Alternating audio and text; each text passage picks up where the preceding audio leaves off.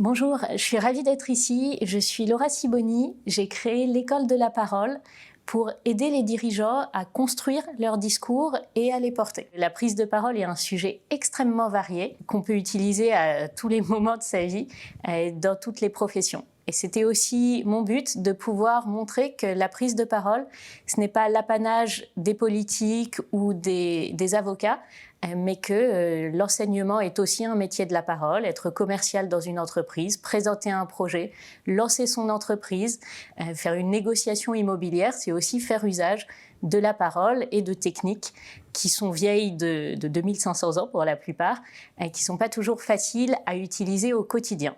Et donc c'est pour ça qu'aujourd'hui, je vais essayer de répondre à quelques questions qu'on a sur la prise de parole et de conclure chaque réponse par un défi pour pouvoir mobiliser ces techniques, pouvoir les utiliser, les pratiquer au quotidien. Au lycée, j'étais très timide, plutôt très réservée, parce que je pense qu'il n'y a pas un type de timidité, mais qu'il y a des gens qui vont être très à l'aise face à leur patron tant qu'il y a une seule personne, mais qui vont perdre leurs moyens dès qu'ils sont face à un grand public.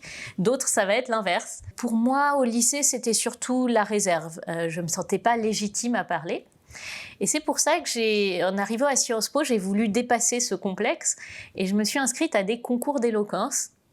J'ai demandé un sujet facile. On m'a donné « Faut-il coucher pour réussir ?» par la positive. Donc je devais défendre « Oui, il faut coucher pour réussir ». J'étais mineure à l'époque, ça devrait être interdit. Mais au moins, lorsque j'ai eu ce sujet, je me suis dit là, on n'attend pas de moi un plan 3 parties, 3 sous-parties. On attend de moi du théâtre. On attend de moi que je sois moi-même, que j'écrive mon propre texte, mais moi-même à 150%, moi-même avec dérision. Je recommande souvent de dire qu'on joue son propre rôle. On va parler au discours un petit peu plus fort qu'on ne le fait habituellement. On va se tenir un petit peu plus droit que si on avait une conversation avec des amis. On va un peu plus préparer, travailler son texte. Mais ça reste son texte, son message, celui qu'on a choisi et celui que l'audience doit retenir.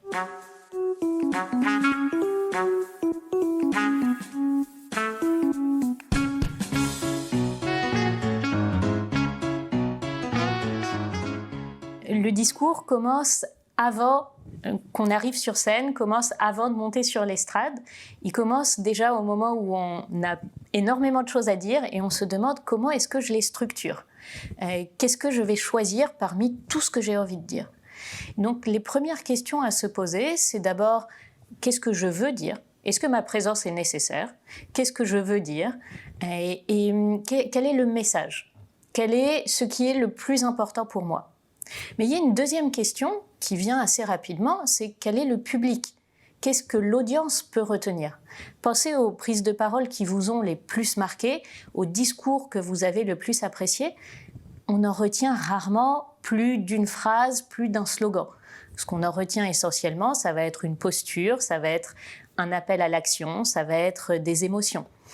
Et donc, si vous voulez qu'on retienne une phrase, une idée, il va falloir la travailler. Et donc, demandez-vous aussi quelle est la phrase dont je sais que je ne sortirai pas de la salle tant que je ne l'aurai pas dite.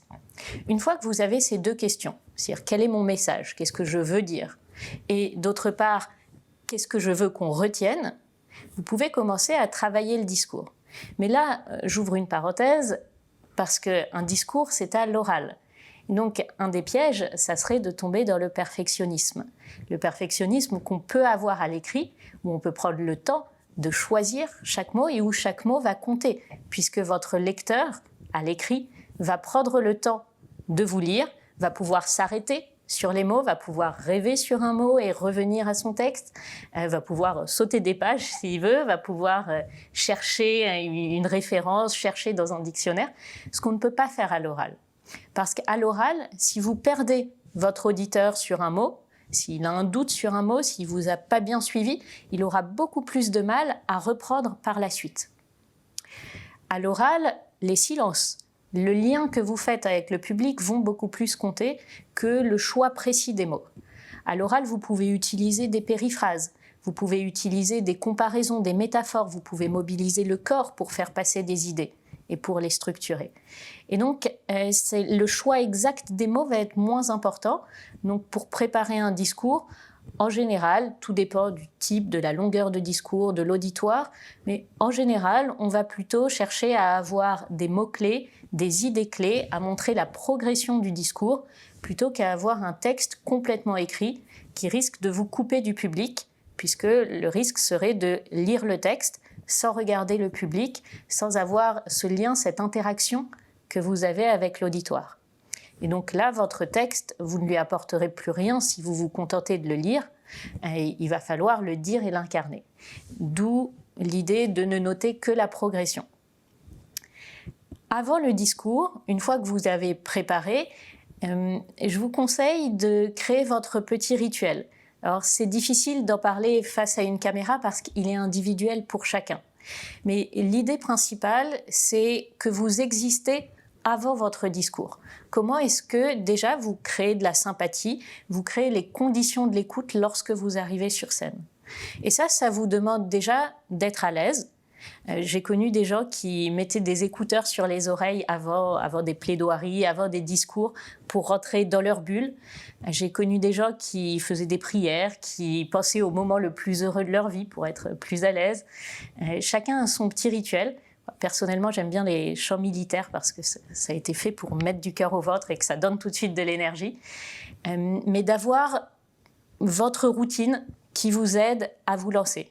Pensez bien, lorsque vous arrivez, que ce soit sur scène, sur l'estrade, devant une classe, devant un pupitre, devant des slides, pensez à d'abord regarder en silence l'auditoire pour imposer votre présence et que ce soit le discours au service de l'orateur et non pas l'inverse. Donc prenez bien le temps de parcourir la salle. Parfois on dit un regard en W, c'est-à-dire pensez à regarder sur les côtés, au fond, devant, de nouveau au fond, sur les côtés, et à ne pas seulement regarder vos amis qui sont assis au premier rang, à regarder l'ensemble de l'auditoire, ce qui vous aidera à prendre confiance, à exister avant le discours et à porter votre voix jusqu'au fond de la salle pour que même le dernier rang vous entende. Un défi que je vous donne pour ne pas oublier toute cette routine, c'est avant votre prochaine prise de parole. Avant votre prochaine réunion, votre prochaine présentation, demandez-vous quelle est la phrase dont je sais que je ne sors pas de cette salle sans l'avoir dite. Et fixez-vous comme défi, comme promesse envers vous-même de la dire. C'est une phrase courte, souvent formulée à la manière d'un slogan. Vous allez utiliser des figures de style pour qu'elles soient plus marquantes. C'est quelques mots très clairs, très simples qu'on puisse retenir.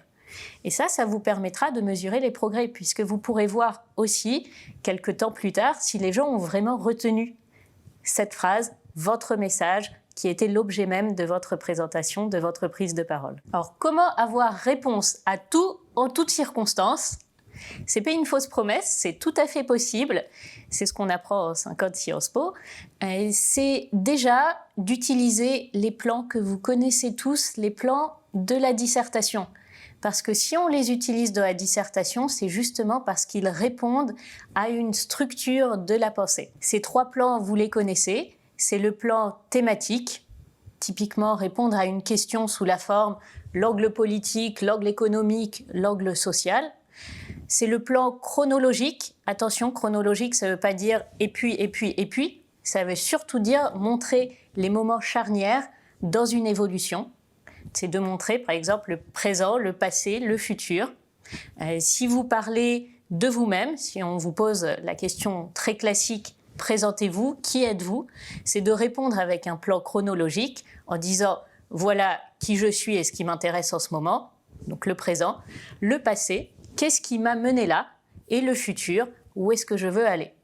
Avoir ce plan, pouvoir vous appuyer sur un plan, ça vous permet de ne pas oublier notamment le futur et de ne pas rester dans une définition trop statique de qui vous êtes. Ça vous permet aussi d'éviter le blanc puisque vous savez comment vous allez procéder. Ça vous permet aussi de donner un fil à toutes ces idées diverses parce que vous avez plein d'idées. Le fil va vous permettre de leur donner un ordre et donc l'audience saura où vous en êtes de votre développement. Vous-même, vous pourrez vous y raccrocher. troisième type de plan, le plan dialectique qu'on utilise surtout lorsqu'on a des questions polémiques, lorsqu'on répond à une question est-ce que c'est bien ou c'est mal? Vous pouvez répondre avec le oui, non, et ne restez pas dans l'opposition. C'est frustrant, c'est décevant, c'est une réponse de Normand qui n'apprend pas grand-chose. Essayez de dépasser l'opposition, de dire oui, non, ou voici ce qu'on peut dire et voici les limites. Quelle solution? Qu'est-ce qu'on peut en déduire? Ou, comme vous avez un public face à vous, vous pouvez aussi demander, et donc, quelle solution est-ce qu'on peut trouver et construire la troisième partie avec votre public. Donc les trois types de plans bien connus, c'est le plan thématique, le plan dialectique et le plan chronologique. Ces trois types de plans, on les utilise pas seulement pour avoir une bonne note en dissertation, on les utilise surtout parce qu'ils permettent d'organiser sa pensée, parce qu'ils permettent de s'appuyer dessus, de pouvoir annoncer son plan. Si on vous pose une question qui vous déstabilise, vous pourrez dans tous les cas dire « c'est une excellente question et je vais y répondre 3 points », puisque vous aurez déjà les 3 points en tête, puisque ce sont des plans qui sont très généraux, qui s'appliquent à la grande majorité des sujets. Évidemment, il y en a beaucoup d'autres, mais ces 3 plans-là, thématique, chronologique, dialectique, s'adaptent à peu près toutes les situations, que vous parliez d'une évolution, ce qui appelle plutôt un plan chronologique, que vous parliez d'un sujet, qui appelle un plan thématique, pour le voir sous différents angles, ou que vous parliez d'un sujet polémique, d'une question à laquelle vous pouvez répondre par un plan dialectique, donc en ne restant pas dans la simple opposition du pour et du contre, du oui et du non, mais en cherchant à dépasser cette opposition. Il y a un moyen plus simple de structurer, si vous voulez prendre l'habitude d'utiliser un plan, c'est de faire des chaînes de pourquoi. Sur chaque sujet, de vous demander pourquoi. Parce que ça, c'est une structure extrêmement simple, extrêmement reconnaissable. Et comme vous posez la question, eh bien vous incluez le public, vous le mettez en mode actif, puisqu'il va se demander avec vous pourquoi. Par exemple, un sujet aussi large que qu'est-ce que l'intelligence artificielle? Mettons que vous avez plein d'idées, mais vous n'avez pas préparé de plan. Vous pouvez faire une chaîne de pourquoi et vous pouvez dire l'intelligence artificielle est un sujet qui nous concerne tous.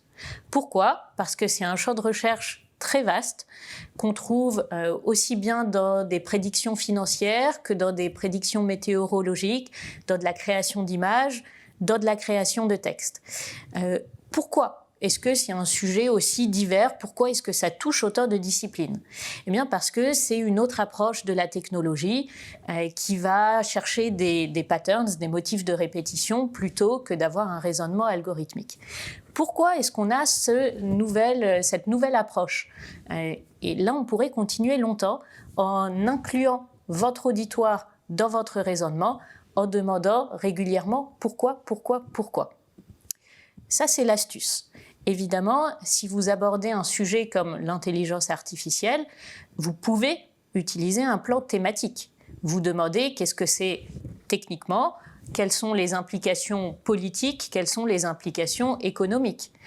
Vous pouvez vous demander quelles sont les implications économiques, quelles sont les conséquences sociales, et enfin, qu'est-ce que l'intelligence artificielle du point de vue culturel. On peut utiliser un plan thématique. On pourrait utiliser un plan chronologique si ce que vous voulez montrer, ce sont les évolutions du sujet. Comment est née l'intelligence artificielle? Qu'est-ce que c'est aujourd'hui? Quelles sont ses évolutions possibles? Et enfin, si vous voulez voir le sujet sous un angle plus polémique, vous pouvez faire la liste des pour et des contre, et bien sûr chercher à dépasser l'opposition, donc dire tous les arguments en faveur de l'intelligence artificielle, tous ceux qui vont contre, et puis chercher à dépasser cette opposition en disant comment est-ce qu'on pourrait avoir une intelligence artificielle qui soit, par exemple, plus éthique, ou plus collaborative, ou plus transparente. Bref, essayer de dépasser l'opposition dans une troisième partie synthétique. Donc, vous avez plusieurs manières de structurer. Une bonne manière, si vous êtes pris de court, c'est déjà de faire une chaîne de pourquoi et d'inclure votre auditoire avec vous dans ce raisonnement. Ou c'est d'adopter des plans classiques qui s'adaptent à tous les sujets, le plan thématique, le plan chronologique, le plan dialectique. Un défi pour pouvoir pratiquer toutes ces structures, c'est évidemment de demander à vos proches, de demander à un ami de vous mettre en difficulté, de vous poser les pires questions. Ce que je fais souvent avec mes étudiants, c'est de leur demander de me parler en 3 minutes, et je chronomètre, de l'hypocampos-céphalos. Sujet qui n'existe pas, donc on peut vraiment dire ce qu'on veut dessus. Je vais leur demander de me parler en 3 minutes des relations commerciales en Chine occidentale au XVIe siècle. Peu de chances qu'ils en soient spécialistes. Je peux leur demander de me parler, comme si on était autour de la machine à café, de me donner leur opinion sur la guerre en Ukraine, sur la crise énergétique. Et souvent, ils sont surpris de se rendre compte qu'en 3 minutes, ils avaient beaucoup de choses à dire et que le fait d'avoir un plan les a aidés non seulement à structurer ce qu'ils voulaient dire, mais même à découvrir des idées qu'ils avaient à l'état latent, de pouvoir les relier à une colonne vertébrale pour pouvoir rendre leurs arguments beaucoup plus percutants et savoir eux-mêmes où ils en sont et ne pas se laisser déstabiliser puisqu'ils peuvent toujours revenir à la structure classique du plan. J'ai des tics de langage, comment les corriger? Alors je distingue 2 tics de langage. Les gens qui vont utiliser des expressions toutes faites pour se rassurer, les du coup, les en fait. Pour une autre génération, c'était les d'une certaine manière, pour ainsi dire. Toutes ces phrases qui n'ont pas de contenu en soi, qui sont une forme de recul devant la prise de parole.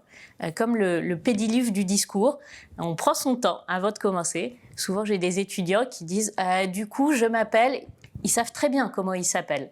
Dire « du coup », c'est une manière de repousser la prise de parole. C'est pas grave, mais c'est dommage, parce qu'il n'y a pas de contenu dans le « du coup ».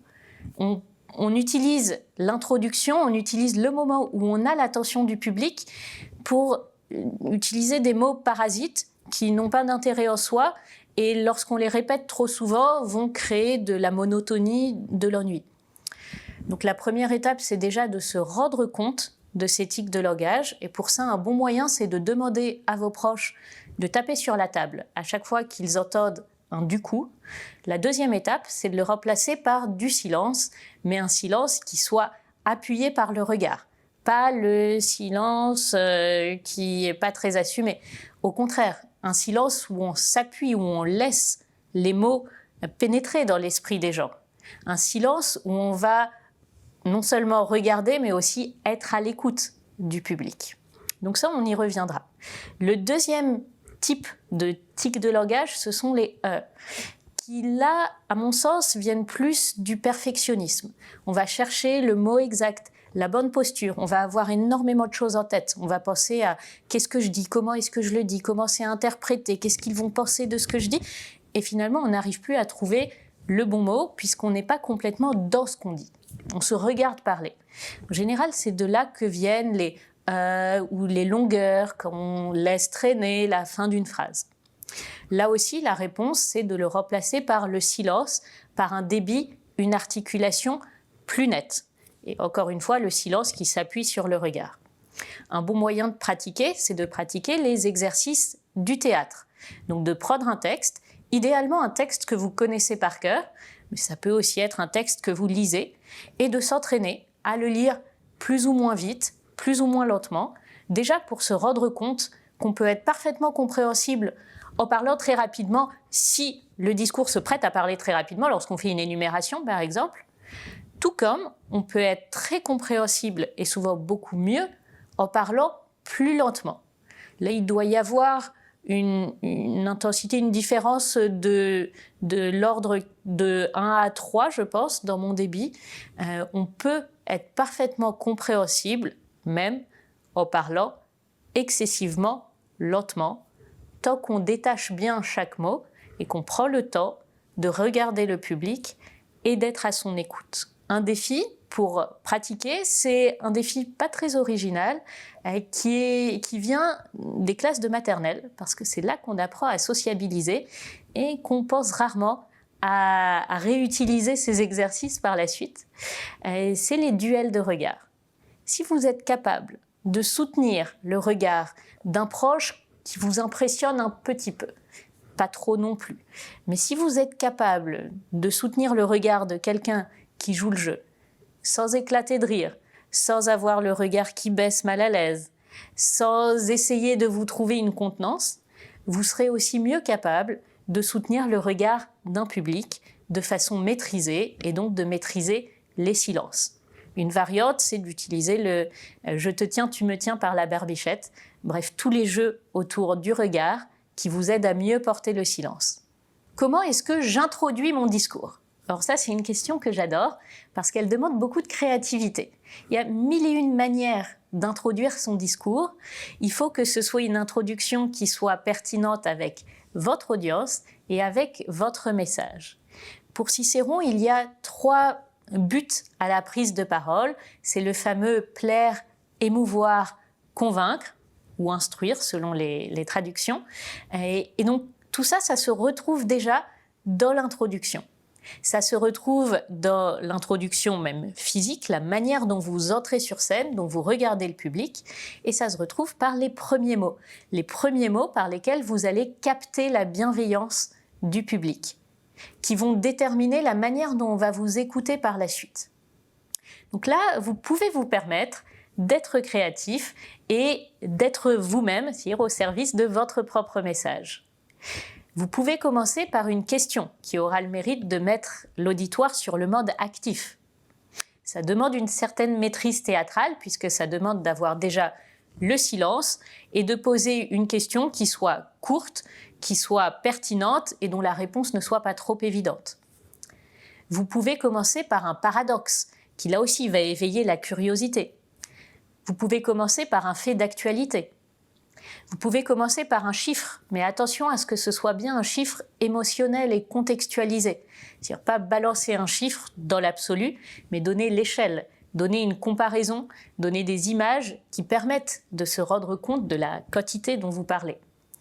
Vous pouvez commencer par une citation, attention à ce qu'elle soit courte et très pertinente, puisque le but de l'introduction, c'est déjà d'éveiller la curiosité. C'est pas de tout de suite donner la réponse et de tout de suite résumer le discours que vous allez faire. Vous pouvez commencer par une captatio benevolentiae, c'est une manière de capter la bienveillance très classique qui s'adresse directement à l'auditoire. Donc commencer par les adresses au public. Dire pourquoi est-ce que vous êtes ravi de prendre la parole face à eux particulièrement. Si vous êtes à un congrès de médecins, eh bien pourquoi est-ce que c'est important pour vous de parler face à cet auditoire précis ? Vous pouvez commencer par une histoire. Ça, on le voit dans des sujets qui ont besoin d'être illustrés, qui ont besoin d'être exemplifiés. Parce qu'on adore les histoires et on adore que l'orateur nous emmène dans la vie d'un personnage, illustre soit le besoin auquel il répond en présentant son projet, soit le problème dont il veut parler, auquel il veut sensibiliser son auditoire. Donc, mille et une manières de commencer son discours. Moi, je vous invite, ça va être le défi pour comment introduire, à réfléchir à au moins 3 introductions différentes pour votre prochaine prise de parole. Même si c'est une prise de parole en réunion, même s'il s'agit d'un cours, demandez-vous comment est-ce que je vais pouvoir, dès les premières secondes, capter la curiosité et l'attention de mon public. Comment conclure un discours ? Il y a un type de conclusion que j'aime beaucoup, c'est les conclusions qui sont en miroir de l'introduction, parce que c'est très satisfaisant de se dire qu'on a assisté à un discours dont la boucle est bouclée, où on a à la fin la réponse à la question qui a été posée. Ce n'est pas le seul type de conclusion. Ce qui est important dans une conclusion, c'est déjà de synthétiser ce que vous avez dit, exactement comme dans une dissertation, on va commencer par la synthèse, le résumé, le rappel en quelques points, quelques mots-clés de ce que vous avez dit, et puis par une ouverture qui là peut être plus créative. On peut ouvrir à d'autres lieux. Que se passe-t-il à l'international ? On peut ouvrir à d'autres époques. Voilà ce qu'il en est aujourd'hui, qu'en sera-t-il demain ? On peut conclure en miroir de l'introduction, donc en reprenant par exemple la citation de début, si on la comprend d'une autre manière à la fin. On peut reprendre avec des chiffres si on a commencé avec un chiffre, par exemple. Ce qui est important dans cette deuxième partie de conclusion, ça va être d'ouvrir le sujet, de montrer que vous avez fait votre discours, mais que maintenant vous allez mener les gens à l'action, que vous allez leur laisser une émotion, que vous allez leur laisser un apprentissage, mais qu'ils vont repartir avec quelque chose de plus que ce qu'ils avaient au départ. D'où le défi, concluez votre prochaine prise de parole par une question. Parce que ça vous met en difficulté, ça vous force à admettre que l'auditoire était là, qu'il a écouté votre discours, qu'il l'a suivi, que maintenant le discours lui appartient, et donc de lui demander ce qu'il en pense. Pas seulement les questions du type « avez-vous des questions ?», mais des questions plus générales, qui vont mettre l'auditoire face à lui-même. Lui demander « bon, maintenant que nous avons discuté cette question, qu'en pensez-vous ? Qu'allez-vous faire ? Qu'est-ce que vous décidez ? Comment allez-vous l'appliquer ?» Donc de laisser l'auditoire sur un défi, sur une question. Une question qui revient souvent, comment est-ce que je fais face à un trou, au grand blanc dans le discours ? Déjà, le blanc au discours, ça n'existe pas puisque ce n'est pas un examen où vous avez une bonne réponse à apporter à une question. Mais on peut avoir ces moments où on se regarde parler, où on ne sait plus bien où on en est, où on n'arrive plus à se raccrocher à la structure. Comment les éviter ? Évidemment, une manière très classique, très répandue de le faire, c'est d'avoir des notes et de revenir à ces notes. L'ennui, c'est que les notes vous encouragent à les regarder, à rester collé au texte et à ne plus avoir cette interaction avec le public. J'avais un professeur qui disait qu'un bon orateur, c'était celui qui était capable de repérer la personne qui éternuait dans la salle, de lui dire « à vos souhaits » et de reprendre le discours. Donc d'être dans cette connexion avec le public et déconnexion puisqu'on reste accroché à son texte, à sa structure et à tout moment, on sait où on en est. Donc pour être dans cette connexion-déconnexion, vous pouvez avoir des notes qui ne vont pas vous bloquer, donc des notes très, très succinctes qui vont surtout montrer la progression du discours, qui vont montrer son squelette avec des mots-clés. Ça peut être fait de manière très visuelle. Ne vous privez pas de mind maps, pour ceux qui apprécient les mind maps, de mettre des tirets, de mettre des flèches pour savoir au premier coup d'œil où vous en êtes. Vous pouvez utiliser un code couleur si c'est ce qui vous parle. Moi, je vous recommande aussi de ne pas utiliser les feuilles A4, même si vous avez besoin de tout écrire, parce que l'inconvénient avec une feuille A4, c'est lorsqu'on arrive à la fin, on perd complètement le contact visuel avec le public, alors qu'on peut imprimer aussi son discours sur des demi-feuilles, ce qui au moins permet de les avoir plus à distance. Petite astuce, si vous avez vraiment besoin de vos feuilles, vous pouvez aussi faire un jeu scénique avec. Ça m'est arrivé de faire des discours où, lorsque j'avais besoin d'une citation ou de choses plus écrites, je cachais dans le soutien-gorge, je le sortais au dernier moment. Ou de déchirer la feuille de façon très théâtrale une fois que vous l'avez dite. Mais bon, ça reste des astuces et transformer son discours en avion en papier pour le lancer dans le public, ça ne marche évidemment que si votre discours traitait à minima des avions. Et donc ça, c'est du domaine des astuces. Ne vous laissez pas bloquer par les feuilles. Elles peuvent être au service du discours. Essayez de ne pas en avoir trop. Évidemment, les mêmes remarques valent pour les écrans.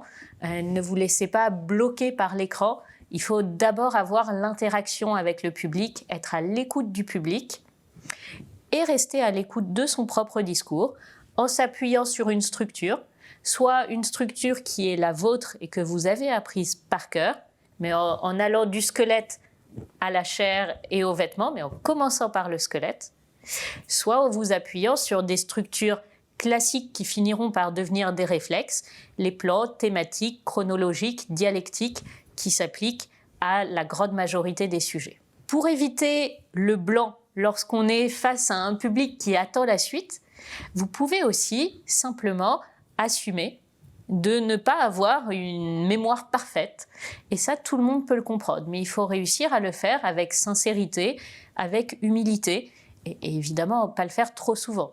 Mais tout le monde peut comprendre que vous disiez « Pardon, je suis très intimidée, je ne sais plus où j'en étais, aidez-moi, et je reprends. » Ou « Pardon, j'ai oublié la citation exacte, mais ce que je voulais vous dire, évidemment, pour pouvoir reprendre son discours de cette manière, il faut avoir préparé sa phrase. Et comme je vous le disais dans la partie Comment est-ce que je commence? Qu'est-ce que je prépare? Il faut préparer la phrase dont vous savez que vous ne sortirez pas de la salle sans l'avoir dite. La phrase sur laquelle vous pouvez toujours revenir, quelles que soient les questions qu'on vous pose, quelle que soit votre situation pendant le discours, même si vous avez été distrait, vous pouvez revenir sur cette phrase, l'unique phrase que vous connaissez par cœur dans votre discours. Vous vous en doutez, le défi que je vous propose, c'est de faire votre prochain discours complètement sans notes. C'est évident, mais on a souvent besoin qu'on nous y pousse. Essayez, sautez du plongeoir, essayez le prochain discours sans notes et vous verrez que vous n'aurez peut-être pas exactement la structure que vous aviez prévue au départ, que vous n'auriez peut-être pas les mots les plus adéquats, mais que vous aurez cette interaction avec le public et que certainement on en retiendra plus que si vous aviez fait un discours trop écrit. Comment est-ce que je fais un beau discours? Ça, c'est une question que j'entends très souvent. Un beau discours, ce n'est pas la même chose qu'un beau texte. Un beau discours, il doit d'abord être illustratif puisqu'on doit le retenir et qu'on retient beaucoup plus facilement des images que des mots. Donc, vous pouvez utiliser les figures de style. Je ne vais pas vous faire un cours de français. Il y a 2 figures de style qu'on retrouve principalement dans le discours parce qu'elles sont très facilement mobilisables. C'est d'une part la métaphore, d'autre part l'anaphore. La métaphore, c'est lorsqu'on va illustrer un mot par une comparaison qui ne dit pas son nom. Si je vous dis un mot aussi simple qu'un chien, je ne sais pas si vous pensez à un caniche ou à un labrador. À plus forte raison si je vous dis la liberté, l'égalité. On va tous avoir des visions différentes de ces mots. Et donc pour les illustrer, vous pouvez utiliser des comparaisons, des métaphores. Vous pouvez parler du reflet du soleil sur sa petite truffe humide et on visualisera beaucoup mieux le chien que si vous avez dit le mot finalement assez abstrait, un chien. Une anaphore, qu'est-ce que c'est? Une anaphore, elle a été rendue célèbre en France par le discours de François Hollande, « Moi président ». Une anaphore, c'est lorsque vous rythmez votre discours, que vous le structurez à l'aide de le même groupe de mots, la même partie de votre phrase qui revient au début de chaque phrase, de chaque ligne. C'est le « moi président je ferai »,« moi président », ce qui vous permet, vous, de très facilement pouvoir enchaîner et ce qui permet à votre public de savoir où vous en êtes. Attention à la monotonie lorsqu'on répète trop souvent. L'intelligence artificielle, c'est ceci, l'intelligence artificielle, c'est cela, l'intelligence artificielle, c'est encore ceci. Au bout d'un moment, il y a un effet de répétition qui devient lassant. Donc, la métaphore et l'anaphore, en les utilisant avec modération, sont des figures de style qui peuvent donner plus d'illustration et plus de structure à votre discours. Un défi, présentez-vous comme si vous étiez un plat. C'est un exercice que je fais souvent devant des groupes, demander aux gens de se présenter comme s'ils étaient un plat parce qu'à travers les évocations, à travers les comparaisons, ressortent des choses qu'on ne dirait pas spontanément et parfois qu'on ne s'avoue pas à soi-même. Dire « je suis un tiramisu » parce que sous une couche fondante et sucrée se cache une partie plus croquante et plus dure. Ça, on le dirait probablement pas spontanément et pourtant ça peut révéler des choses par le biais de la métaphore, par le biais des évocations qui font tomber les blocages de notre subconscient, qui permettent de libérer la parole, en tout cas d'avoir une parole plus créative, qui va plus chercher des comparaisons plutôt que le mot exact, et souvent trop abstrait. Que faire de ses mains pendant un discours ? Question qui me déstabilise toujours beaucoup parce que vos mains sont attachées à vos bras, elles ne disparaissent pas pendant le discours. Et qu'est-ce qu'on en fait au mieux? Eh bien, ça serait dommage de ne pas les utiliser. C'est pas très grave. Il y a des gens qui vont avoir des tics, qui vont parler de façon très appuyée, et qui vont au contraire faire de grands mouvements de bras. L'important, c'est surtout que ce ne soit pas parasite, c'est-à-dire que ce ne soit pas trop répétitif. C'est de se rappeler que vos mains sont au service du discours. Par contre, elles peuvent servir à énormément de choses. Elles peuvent servir à structurer. Première partie, deuxième partie, troisième partie. Elles peuvent illustrer. votre point numéro 1, point numéro 2, point numéro 3. Elles peuvent donner de la vie, aller chercher votre public. Au contraire, ramener son attention. Ce que je conseille lorsqu'on est debout, c'est d'imaginer un demi-cercle face à soi qui va du « c'est notre projet » jusqu'aux mains plus sages et qui vont moins bouger, qui vont plus être dans des mouvements très explicatifs. Mais en tout cas, de s'accaparer cet espace, ce demi-cercle devant soi pour oser prendre l'espace, oser exister et pas chercher à se faire le plus petit possible. Comment est-ce qu'on peut les utiliser au mieux? Eh bien déjà en lâchant les notes. Et donc là, ça veut dire s'être suffisamment préparé, connaître suffisamment son message, être suffisamment en lien, en interaction avec l'auditoire pour pouvoir se passer des notes. Ça veut dire aussi se détacher des slides. Lorsqu'on projette des slides derrière soi, rappelez-vous que c'est vous qu'on écoute et que vous êtes là pour faire vivre les slides. Sinon, il suffirait d'envoyer le deck, d'envoyer les slides, la présentation à votre auditoire.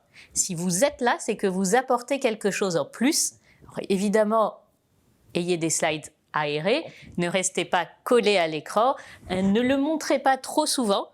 Il faut que ce soit un complément à votre discours et non pas vous qui soyez un complément aux slides. Donc, comment utiliser ses mains? Déjà, en étant naturel, c'est-à-dire sans se mettre de pression, en se rappelant que ça serait dommage de ne pas les utiliser, que ce n'est pas très grave non plus, en se rappelant que vous avez le droit d'utiliser tout cet espace devant vous, et puis en pratiquant, un bon exercice, c'est de faire un discours qui n'a aucun sens, un discours en gloubi-boulga, un discours en scrogneux si vous voulez, mais de réussir à faire passer votre message, scrogneux, scrogneux, scrogneux, à faire passer votre message uniquement avec les gestes. Pensez au discours de Charlot dans Le Dictateur, des discours dans un langage fantaisiste où ce qui compte, ce n'est plus seulement les mots, mais ça va être la posture, le regard et surtout la gestuelle. Comment est-ce qu'on prépare une négociation? J'ai eu la chance d'animer une académie à HEC. Pendant un mois, on a reçu des négociateurs de tous les horizons. Il y avait un agent du RAID qui nous a parlé des négociations antiterroristes. On a reçu un éditeur qui nous parlait des négociations de droits internationaux, un médiateur de justice, des architectes, qui est-ce qu'on a eu encore, des négociations de diplomates, des gens qui nous ont parlé de leur expérience. Et à la fin de cette académie, à la fin de ce mois, on s'est demandé qu'est-ce qu'il y a en commun.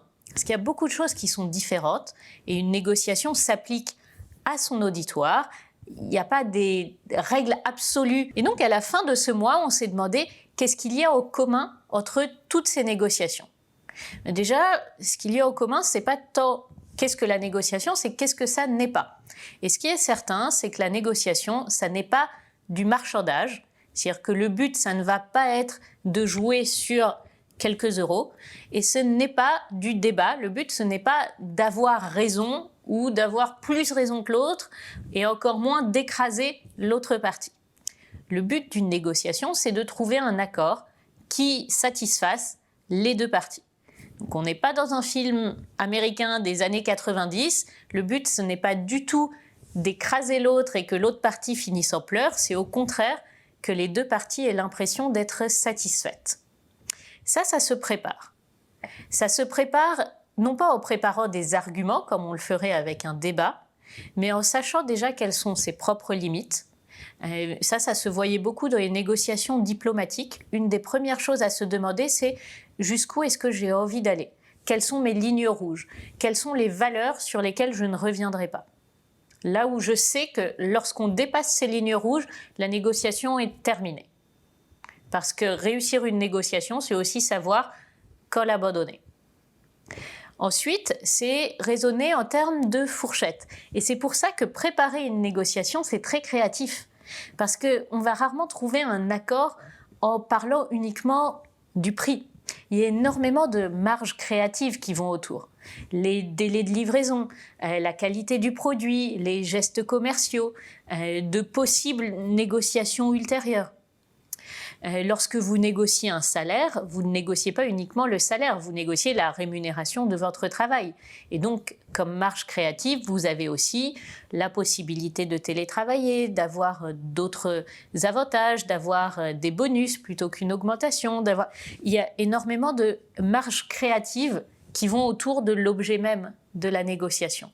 Et donc, la préparation, c'est pas tant d'avoir une liste de tirés de points que vous voulez obtenir, c'est de savoir quelle est la fourchette dans laquelle vous vous sentez à l'aise et surtout d'avoir exploré tout ce que vous pouvez demander, tout ce dont vous pouvez parler avec la ou les autres parties.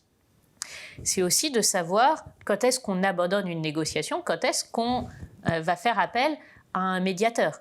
Il y a des situations, typiquement les négociations de divorce, dans lesquelles il est souvent plus sage de ne pas mêler trop d'affect à la négociation même, et donc de faire appel à une tierce partie qui va jouer le rôle de médiateur. Donc la négociation, c'est pas du tout un exercice de démonstration de force, c'est beaucoup plus un exercice d'écoute, mais d'écoute active, c'est-à-dire de laisser l'autre vous donner vos munitions, vous laissez l'autre partie vous dire quel est son véritable besoin pour que vous puissiez chercher de manière plus créative comment réussir à combler votre besoin et celui de la partie en face. C'est donc de la pratique et pour cela, je vous invite à faire des négociations où il y a peu d'enjeux. Allez par exemple au marché négocier le prix des pommes. Évidemment, ce n'est pas en disant « les pommes sont à 2,90, est-ce que vous pouvez me les faire à 2,70 que vous obtiendrez satisfaction ?» C'est beaucoup plus en disant et si je vous prends les dernières clémentines un peu pourries, est-ce que vous me mettez 2 pommes en plus? C'est de chercher des marges créatives. Donc essayez de négocier au marché, au restaurant, avec des amis, une négociation sur laquelle il n'y a pas d'enjeu pour prendre confiance et pouvoir affronter plus sereinement des négociations qui vous tiennent plus à cœur. Pourquoi c'est important de poser des questions à son auditoire? Souvent, on se retrouve dans des conversations où on réfléchit plus à qu'est-ce qu'on va dire qu'à ce que dit l'autre. Comment est-ce qu'on va répondre? Or, si on veut être dans une véritable conversation, avancer avec l'autre, il va falloir écouter. Pas écouter passivement, mais aller relancer l'autre, le pousser plus loin, savoir rebondir sur ce qu'il dit, savoir reformuler. Reformuler, ça va être l'équivalent de la sauvegarde du discours. C'est de dire « si j'ai bien compris ». Est-ce qu'on pourrait le dire comme ça? Parfois, c'est simplement de reprendre un mot sur le ton interrogatif. Ça va être de dire « nous sommes bien d'accord que » pour faire la sauvegarde d'une négociation, par exemple. Donc, savoir relancer quelqu'un. Et on peut le relancer soit par des questions ouvertes, on peut faire la sauvegarde par des questions fermées, ou on peut utiliser le regard interrogatif, reprendre un mot sur le ton interrogatif. J'ai eu la chance à un moment de travailler dans un institut d'études où le but, donc c'était des études qualitatives, le but c'était de comprendre les consommateurs, de comprendre les ressorts qui parfois sont cachés à eux-mêmes, les ressorts de leurs actes. Pourquoi est-ce qu'on va préférer le café au thé pour les buveurs de café? Et donc pour ça, il ne suffisait pas de demander aux gens pourquoi est-ce que vous faites ce que vous faites. Il fallait souvent leur poser la question, puis les regarder, les laisser parler, leur poser une question complètement absurde pour avoir l'occasion de rebondir par-dessus. Je me souviens d'une étude pour un packaging où on demandait à des gens « est-ce que vous préférez le packaging rose ou le packaging violet ?» En soi, les deux étaient très similaires. C'est lorsqu'on leur a demandé « quel âge est-ce que vous donneriez à ces deux couleurs ?» qu'on a pu débloquer les réponses qui sinon étaient plutôt c'est quasiment le même, je ne sais pas trop, ça dépend des situations. Mais lorsqu'on leur demande quel âge aurait le packaging, c'est là qu'on commence à nous dire « ah oui, le rose serait plus jeune ». Et là, on peut creuser. Là, on peut entrer dans une stratégie de questionnement. On peut dire « ah oui, plus jeune, pourquoi? Est-ce que vous pensez que la crème sera plus pour peau jeune ?»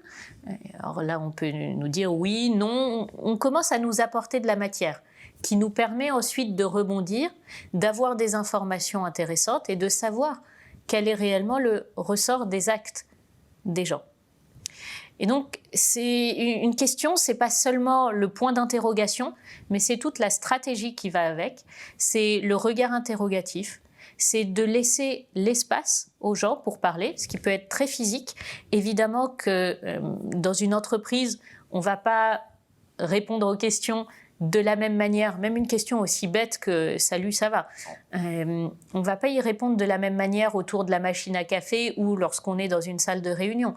Donc si vous voulez obtenir des réponses intéressantes avec de la matière, créez le lieu pour qu'on se confie, créez l'espace pour qu'on puisse se confier par le silence, par le regard, accordez toute votre attention à la personne.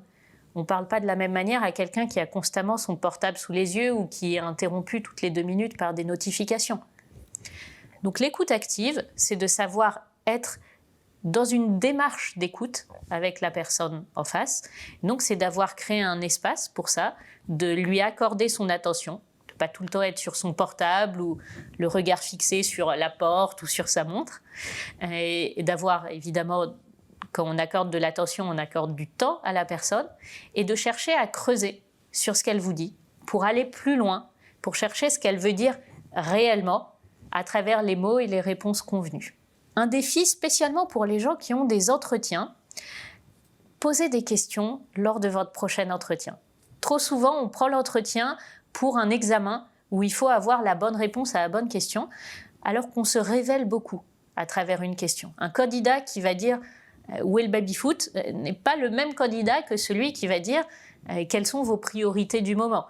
En quoi est-ce que je pourrais être particulièrement utile à ce poste?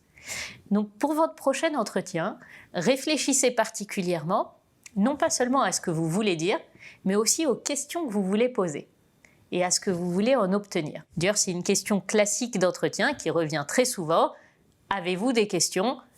Ne restez pas de court la prochaine fois qu'on vous la pose. Dans un débat, comment convaincre? Donc le débat n'est pas la négociation. Pour le débat, vous allez chercher à convaincre d'abord le public, l'auditoire, et non pas la personne en face. Lorsque vous assistez au débat d'entre-deux tours, Emmanuel Macron contre Marine Le Pen, vous vous doutez qu'ils ne cherchent pas à se convaincre l'un l'autre, que le débat ne va pas se finir par l'un des deux qui dit « Ah oui, j'avais pas vu les choses comme ça, en effet », et que le but, c'est de convaincre les téléspectateurs. Donc dans un débat, rappelez-vous que vous cherchez surtout à convaincre le public. Et on convainc moins avec des mots qu'avec des postures. Donc il va falloir montrer que vous êtes à l'écoute des arguments de l'autre, mais que vous y avez une réponse.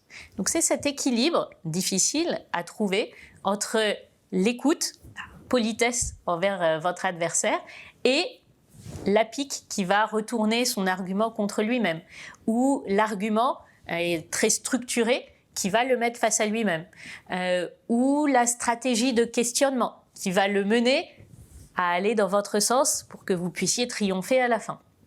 Une stratégie de questionnement, ça se prépare. Une stratégie de questionnement, c'est savoir poser des questions d'abord innocentes qui font que votre adversaire va vous suivre, et puis de lui montrer que la somme de toutes ces questions, le cheminement, va dans votre sens et non pas dans le sien. C'est le cas du vendeur d'aspirateur qui frappe à votre porte, qui vous demande d'abord, non pas « est-ce que vous voulez un aspirateur ?» ce serait un très mauvais commercial, mais qui frappe à votre porte en vous demandant d'abord « est-ce que vous avez 1 minute ?»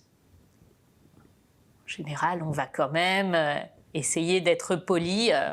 Qu'est-ce que vous voulez? Alors il dit « ah, très bien, bon, je vois que vous êtes quelqu'un de très occupé. Est-ce que je me trompe ?» Et je vois, pardon, je ne peux pas m'empêcher de remarquer que c'est très propre chez vous. C'est visiblement quelque chose d'important pour vous. Ah oui, enfin, je connais personne qui répondrait non à cette question.